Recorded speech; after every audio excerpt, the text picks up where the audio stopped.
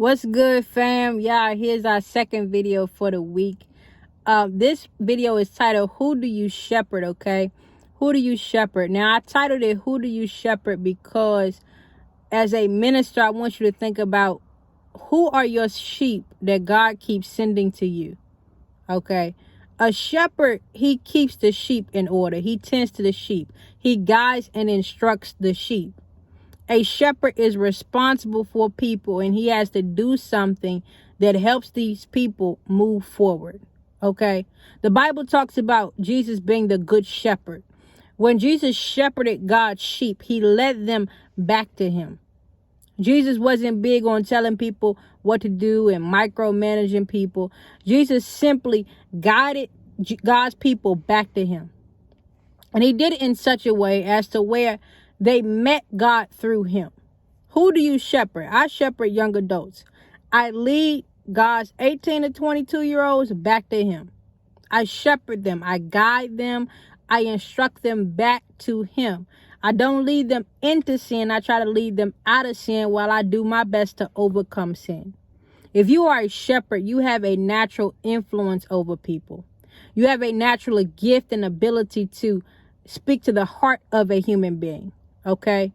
A person's heart is located in their mind according to scripture. The scripture talks about the heart being the mind. As a man thinketh in his heart, so is he. If you're going to think, you're going to think in your mind. Okay? Above all else, Proverbs 4:23, above all else, guard your heart, for everything you do flows from it. Okay? Everything you do flows from your mind. Everything you do begins first as a thought. So if you're going to guard your heart, if you're going to influence someone's heart, then you have to understand how they think. A shepherd has this ability to say things that make you think, and also they influence your decision making. So if you are a shepherd, you are going to be able to speak to a person and make them think about how their ways please or dissatisfy the Lord. And as they think on those things, they are more likely to make decisions that are pleasing to the Lord. Some people need to be shepherded with a strong rod and a staff, meaning that they need you to be a little bit more harder on them. They need you to kind of stay close to them. Whereas other people, you can shepherd them from a distance. You might not have to talk to them every week. Once you tell them something one time, they're going to listen and do what you say. Other people might need you to talk to them, say it 2 or 3 times a day. It's not that they didn't hear you, but they might be stubborn. They might not want to listen. They might not want to do the right thing. And so anytime you are in the position of a shepherd, you've got to be patient. Why? Because these are sheep. They're not going to do what you say all the time. Sheep are typically blind and dumb.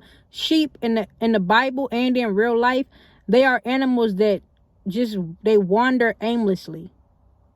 They need a shepherd. That's why Jesus was the good shepherd, because he tended to the sheep. If you study the Old Testament, you'll read about Joseph and you'll read about David and how they tended to the sheep before God appointed them to higher positions. And that's because they had to learn how to take care of animals that didn't know what they was doing before they started taking care of God's people who didn't necessarily know how to obey God. Moses was a shepherd. Moses was also a prophet. Okay, so there are a lot of things that come with being a shepherd. But in order to be a good shepherd, you have to be understanding. You have to be willing to understand that people come from different places and different walks of life. Not everyone has an education, a formal education. Not everyone came from the best household. Not everyone knows how to manage money properly. But if you're going to be a good shepherd, you're going to have to be able to meet people where they are and help them make their next step forward in life. Okay? Who do you shepherd? Who does God keep sending to you? You be like, God, why you keep sending me all these broken young men? It's because you know how to speak to their heart. You shepherd broken young men. That's who God's called you to shepherd. You lead them back to him. God will reveal to you who you shepherd. And when he does, I pray that you ask him to teach you how to become a better shepherd. Because you'll realize that it comes with time, but it's also about you learning how to be more patient and loving. The best shepherds lead with love, okay? I love y'all. I hope this helps. Y'all stay tuned. I'll see you tomorrow.